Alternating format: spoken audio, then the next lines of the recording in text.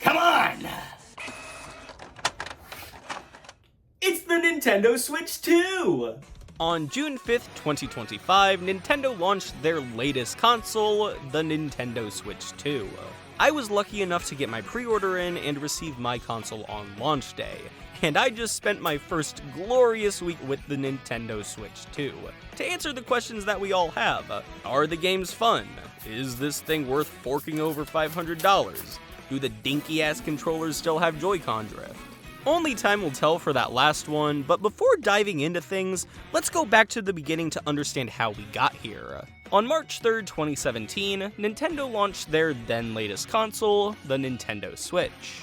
I was lucky enough to get my pre-order in and receive my console on launch day, and I just spent 8 glorious years with the Nintendo Switch. Wait, that sounded a little familiar. The original Nintendo Switch was a very warmly received console at launch. People were fascinated by the hybrid functionality of the Switch, and Breath of the Wild was a killer launch title. And over time, the Switch became a tremendous success for Nintendo in pretty much every regard. It had great games, it sold super well, but since day one, there has been one critical complaint. The thing is just not very powerful. Which, is fine. I think most people understand that this console is a handheld that plugs into the TV rather than the other way around, but even by 2017 standards, the original Switch was pretty scrawny. According to the lead designers of the Switch 2, the console began development in 2019, with its main goal to be a more capable system, specifically citing the original Switch's processor as a weak point. As early as 2021 to 22, we started getting rumors of development kits for a hypothetical Switch Pro being sent out to third-party developers. And it's even believed that some major first-party Nintendo games like Pokemon Scarlet and Violet and Zelda Tears of the Kingdom were ambitiously developed with the Switch Pro in mind. Enough time passed to where this speculation of a Switch Pro turned into speculation of a Switch 2. Nintendo kept quiet on their new console until May of 2024, where in a tweet they revealed that the successor to the Nintendo Switch was in development and would be announced by the end of that fiscal year. Heading into the fall, we started to see many rumors and leaks surrounding the console pop up. Essentially, the leakers said, guess what? Nintendo's next console is the Nintendo Switch 2, and it's more powerful than the Nintendo Switch 1! Yeah, no shit, Sherlock. In November, we got, I believe, what is Nintendo's final statement on the upcoming console before its official announcement. They revealed that the new console would be backwards compatible and still utilize Nintendo Switch Online, further clarifying what everybody had already intuited, that their new console would be a Nintendo Switch 2. And January 16th, 2025, would you look at that, it's the Nintendo Switch 2. This first look at the Switch 2 showed us pretty much everything we need to know about the console. It's an upgraded Switch, and it's gonna have a new Mario Kart. We also learned that a dedicated Switch 2 Direct would showcase the new console on April 2nd.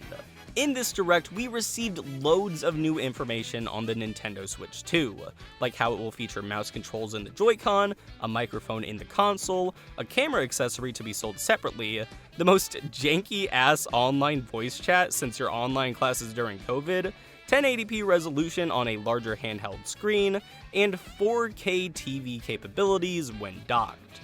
We also received a bunch of new game announcements, like the new 3D platformer Donkey Kong Bonanza, a sequel to Kirby Air Ride directed by Masahiro Sakurai, a successor to Bloodborne which will be a console exclusive, Silksong, just chill in there like it's nothing, and of course, Mario Kart World, which would be a launch title for the Switch 2. That same day, Nintendo opened up a webpage where Nintendo Switch owners who met a couple of criteria could register their interest in pre-ordering a Switch 2, with invitations going out starting April 8th, and retail pre-orders scheduled to begin the following day.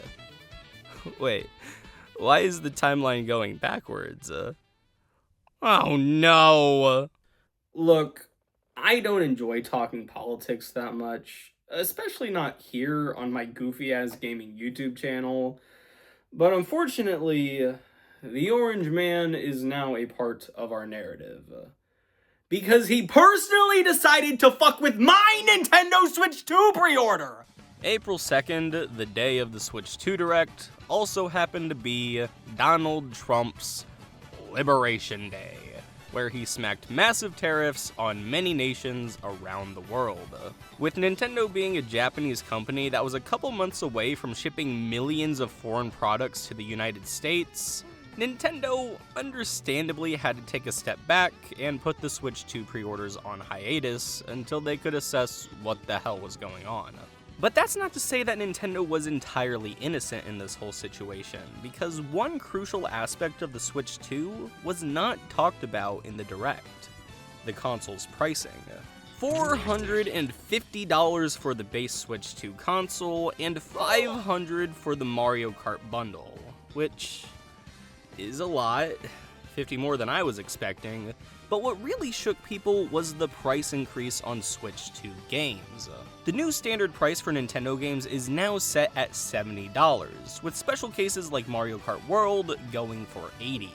The inevitable price increase of AAA games has been looming for a while now, but Mario Kart World skipping $70 and going straight for the $80 price tag, it was a shock to many. Protesters took to the Nintendo Treehouse livestream chat yelling at the poor underpaid interns to lower the price. A couple of weeks later, Nintendo confirmed that the pricing for the Switch 2 and its games would remain as it was initially set, at least under all of the current market conditions. This is a bummer for the drop the price protesters, but considering that the worst case scenario was a $700 Switch 2 thanks to Trump's tariffs, I see this as closer to a win than a loss. Retail pre-orders for the Switch 2 would go live April 24th at midnight, and the Nintendo account invitations would be sent out beginning May 8th. Anywho, April 23rd, 10:30 p.m.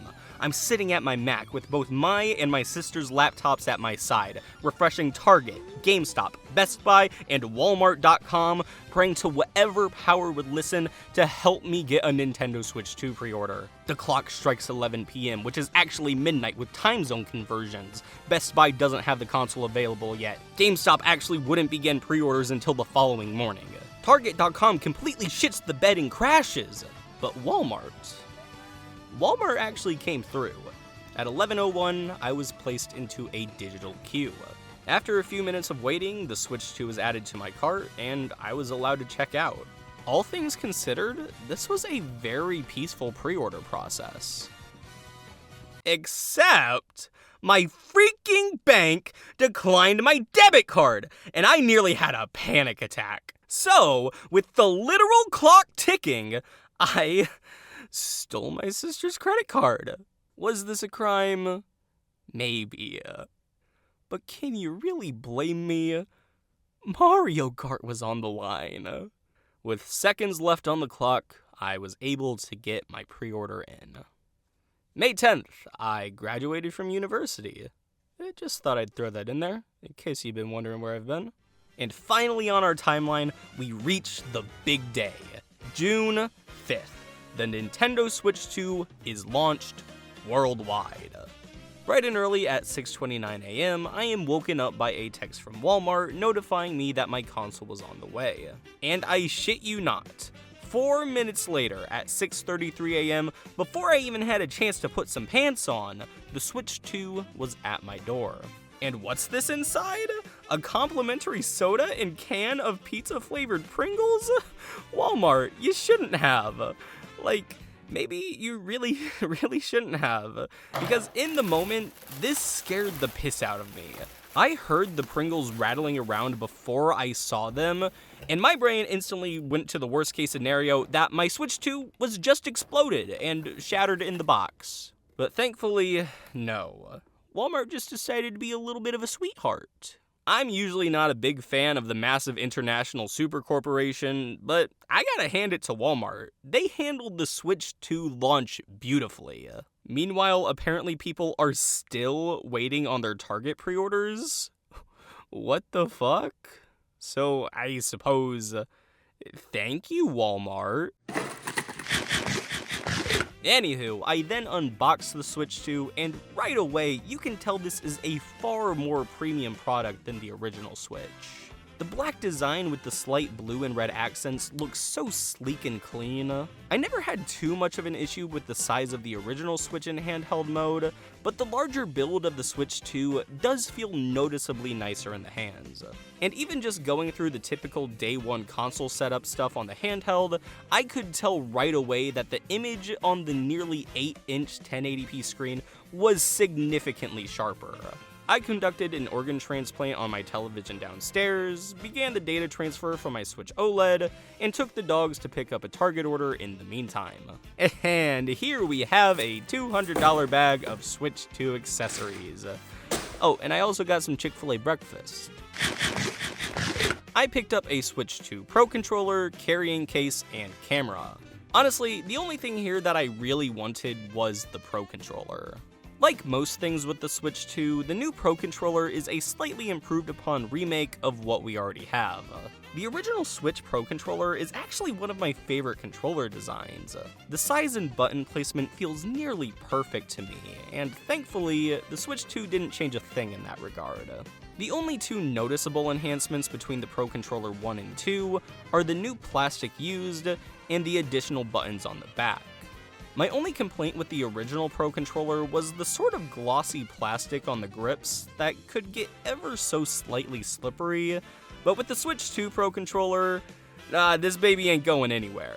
If there was one aspect of the original Switch that was not begging for an upgrade, it was the Pro Controller. They essentially turned a 9.5 out of 10 controller into a 9.7.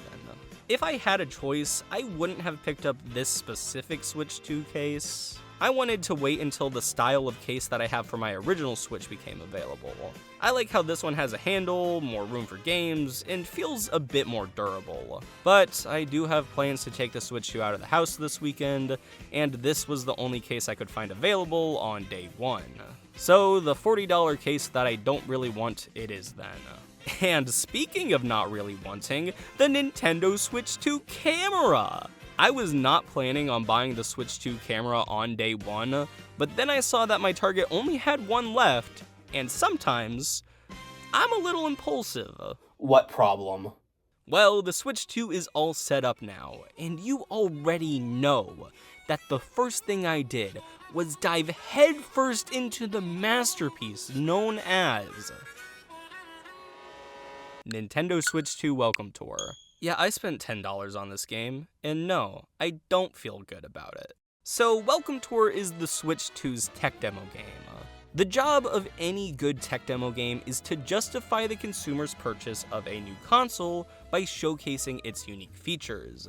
And I would say that Switch 2 Welcome Tour actually does this pretty well. Welcome Tour is essentially a digital manual for the Switch 2 that has been adapted into an interactive environment. You get to learn about all the Switch 2's unique features, read notes as to how it was designed, take quizzes on the things that you learn, and the minigames sprinkled throughout, at least so far, have done a fairly good job utilizing the Switch 2 in creative ways. Like, did you know that the Switch 2's touchscreen can sense up to 10 points of contact at a time? So in order to show this off, there's a minigame where you essentially play Twister, but with your fingers. Like, that's kinda neat.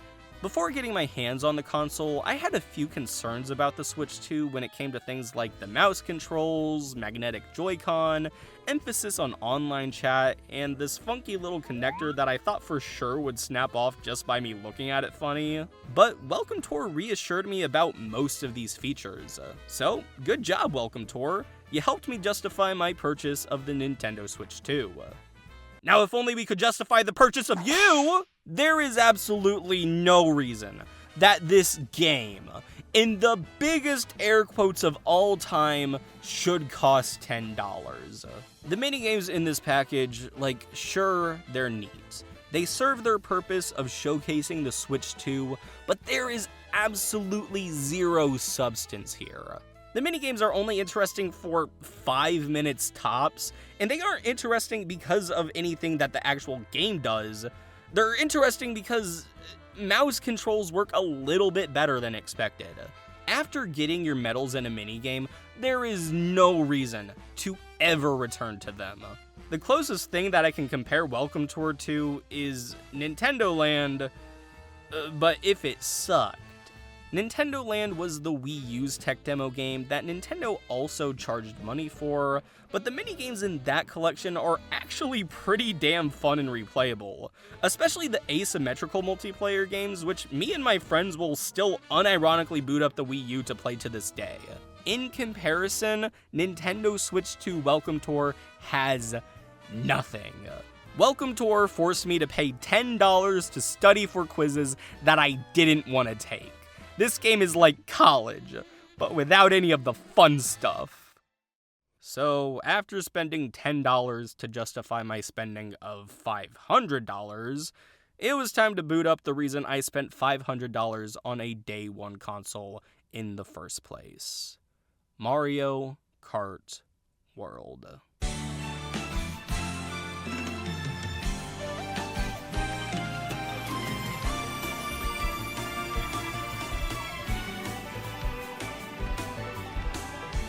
This first day of the Switch 2, I decided to go through each of the Grand Prix in 500cc just to fully take in what this game has to offer. And wow. Initial impression, this game is glorious. The presentation is astonishing. The characters are so expressive. The core tracks are tightly designed, and the new intermission tracks are a fun change of pace. Visually, this world is so vibrant and lively, and the music in this game is perhaps the single greatest OST of any video game ever. Like, the audacity of this game to smack me in the face with a Mario Galaxy remix my first time hitting the road, like, I was not emotionally prepared for that. Going through all the Grand Prix and unlocking the Special Cup was such a joy. And then getting to the end of it all and being blessed with Mario Kart World's magnificent rendition of Rainbow Road, I can't lie, I teared up a little bit. Man, this is a really good Mario Kart track. Day one of Mario Kart World, I was absolutely blown away. Day two, and it's time to take the Switch 2 on the road, baby, to partake in one of my favorite pastimes, bringing Mario Kart to my friend's apartment, hanging out, and sipping on some bevies, mate. Thankfully, the Switch 2, just like the original Switch, is very easy to pack up, travel with, and set up pretty much wherever you'd like. Over at the apartment, we had some fun Mario Kart themed drinks, played through the Grand Prix, tried out some Knockout Tour, brought back the classic drinking game Mario Kart on some versus races, and your boy ended up staying the night because he had one too many Twisted Tea. Remember, kids, it's only acceptable to drink and drive in Mario Kart. All my friends really enjoyed the new Mario Kart, and we had a blast playing together throughout the night. Day 3 of the Switch 2, and my tummy was hurting a little bit, don't know why, so I decided to lounge around upstairs and try out some free roam in handheld mode. And I gotta say, the Switch 2 in handheld mode is amazing! It feels sturdy, and this screen is probably the most impressive thing about the entire Switch 2. It's pretty comparable to the screen of the Switch OLED, which for an LCD screen is outstanding. From what I can tell, going from the Switch OLED to the Switch 2, you're losing slightly higher color contrast in exchange for double the resolution. Now, I've heard a lot of complaints about free roam in Mario Kart World. Some of the complaints are valid, while others are massively blowing things out of proportion. I think when we heard that the new Mario Kart was going to be an open world game, we kind of extrapolated that a little bit, imagining something more along the lines of Breath of the Wild in a car, or Super Mario Grand Theft Auto. People heard open world Mario Kart and wanted quests, missions, and a story mode. And when Mario Kart World's free roam wasn't that, people felt lied to. But if you go back and look at any of the directs or promotional material for Mario Kart World, it's clear that Nintendo intended free roam to be more of a cozy side mode where you can just drive around, take in all the fine details of this massive map, and bum around with your friends online. If you look at free roam through this lens, then yeah, it's a chill way to pass the time between the intense racing modes. I think it's fair to criticize the direction that Nintendo took with free roam and say that you wish that there was some kind of adventure mode that took advantage of what this interconnected map has to offer, But to call the open world in Mario Kart World pointless or false advertising is just not right. Because there is a point to the open world. To race on it. This is a racing game. There's been a lot of discourse online as to whether Mario Kart World is worth its steep $80 price tag, and I would say that for me personally, the answer is yes. And the moment I realized this price was justified was the second that I opened Versus Mode. Yup, in order to fully understand the vision of Mario Kart World, you simply gotta flick your thumb down a couple more times, because Versus Races answer literally every single complaint that I've heard about Mario Kart World online.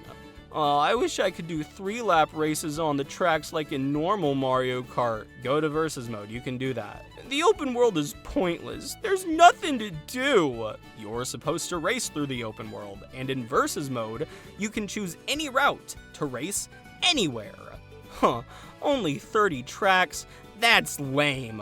Mario Kart 8 Deluxe had 96 tracks. True, but also mind that this was after multiple iterations of DLC, and Mario Kart World has 232 courses in it. Sure, there are only 30 core tracks in Mario Kart World, but every single one of them is actually 6 to 10 courses. There are over 100 paths to race on that aren't available in the Grand Prix or Knockout Tour modes. Over half of the game is hiding from you in Versus Mode, except not really, because it's right there.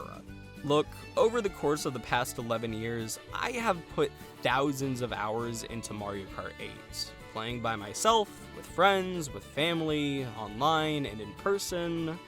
I can fully say that if there is any game that I have gotten my money's worth out of, it's Mario Kart 8. I have gotten years of enjoyment from this game for the cost of nickels an hour. When Nintendo announced that Mario Kart World would be $80, I was actually able to justify this price because if there is one game that I can always come back to play with literally anybody, it's Mario Kart. After opening Versus Mode and truly understanding the scope and amount of possibilities Mario Kart World has to offer, I can say that this game is worth it. Now mind you, this is not me saying that I think Nintendo's new pricing is correct for every game. Take Kirby and the Forgotten Land for example. This game brought Kirby into 3D with a great 10-hour long platforming adventure. I would say it's a solid 8 out of 10. But in no way, shape, or form is this an $80 video game. I am not mad that Mario Kart World is an $80 game, but the precedent that this game's cost is about to set not just for Nintendo, but the entire video game industry is disturbing. For Nintendo, this sucks, because they believe that every game they pump out is worth a full AAA price, and this is not the case. This wouldn't be the worst thing in the world if Nintendo ever put their games on sale. But what is especially troubling here is that Nintendo just gave the entire video game industry the green light to charge $80 for a video game by proving that people will still buy it. This is applicable to your yearly EA slop. This is applicable to your rushed and unfinished Ubisoft projects. Nintendo just opened the floodgates and the consumers are going to have to deal with it. This is the reason you should be upset with Mario Kart World's pricing. Not because you claim that it lacks content or direction. Keeping this negativity train rolling, we have the only downside of the Switch 2 in handheld mode, its battery life. I was only able to play Mario Kart World in handheld mode for about 2 hours before I had to put this thing up to charge. That's abysmal. This is actually pretty comparable to the battery life of the original Switch at launch. If you intend on playing the Switch 2 as a handheld at home or in docked mode exclusively, then the limited battery life of the Switch 2 is a minor bummer, but not a complete deal breaker. But if you are somebody who likes to take your Switch with you everywhere so that you can play on the go, I would recommend waiting a little while for a potential upgrade to the Switch 2 that addresses the battery life, like how the original Switch eventually got. Day 4, I started my morning with a little bit of mowing and then went to test out some Switch 1 games on the Switch 2. Firstly, every Switch 1 game that is playable on the Switch 2 is going to have better performance, simply because this is a more powerful console. This means that even for Switch 1 games that didn't receive a designated patch like Super Smash Bros., they're still going to experience faster loading screens and fewer frame rate dips, if any at all. But a good number of Nintendo titles received a free update enhancing them for the Switch 2. These updates include frame rate optimization, resolution enhancements, HDR support, and updating Pokemon Scarlet and Violet to be actual video games.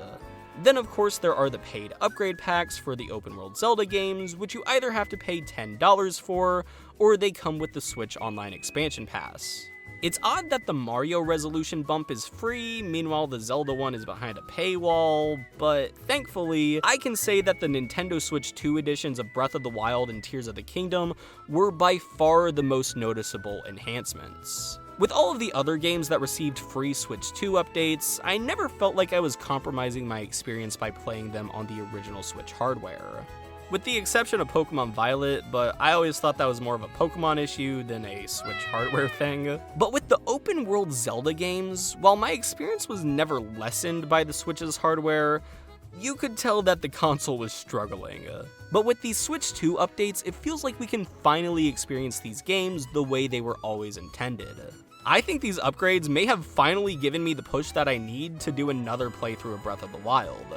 I might just do that over the summer. With the post-college job hunt, my unemployed ass has nothing better to do. I also spent this day messing around with some of the more miscellaneous features of the Switch 2, or put more simply, I sat there with my jaw on the floor as I experienced a Nintendo eShop that didn't run like it suffered from hypoxia. The only key new feature of the Switch 2 that I didn't get a chance to test out was game chat, simply because none of my friends own a Switch 2 yet. But based off of what I've seen in advertising and other people trying it out, oh boy, this is embarrassing. Like, Nintendo seriously brought back American sweetheart Paul Rudd to promote the Switch 2, and this is what they're proudly showing off? At least they're honest about it, because if game chat works any worse than advertised, I think we've got a serious problem on our hands. This, of course, brings us back to this little son of a bitch. You thought I forgot about you, didn't ya, Nintendo Switch 2 camera accessory? Man, what can I say? It's smaller than I was expecting. I might not be able to try game chat, but I can test out the camera, and yep, looks like ass. And that goes for the Switch 2 microphone as well. But I will compliment Nintendo slightly because the audio reduction technology in the Switch 2 microphone is actually pretty damn impressive. Please, no copyright strike.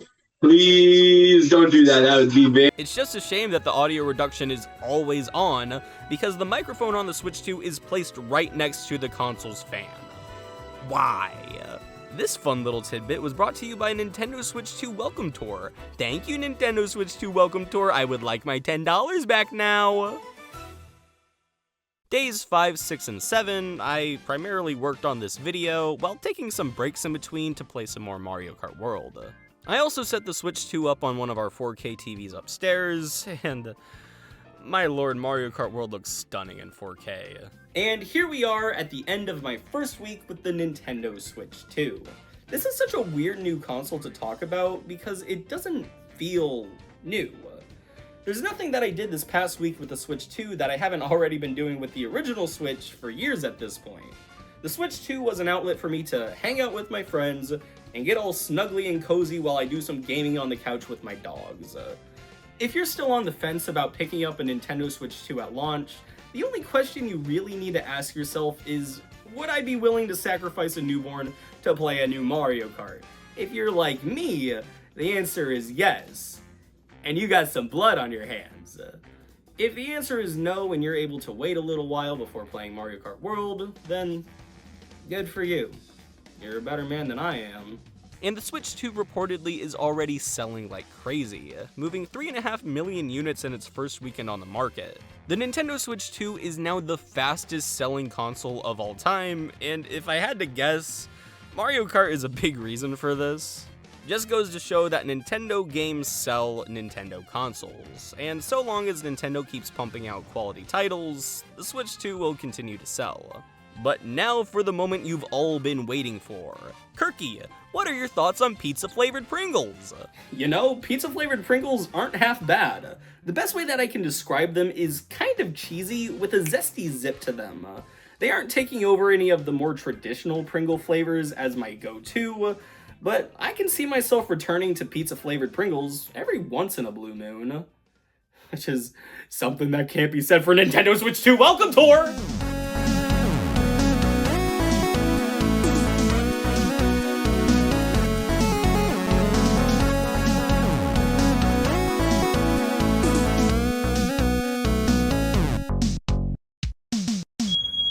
Day 11 with the Nintendo Switch 2. What is going on?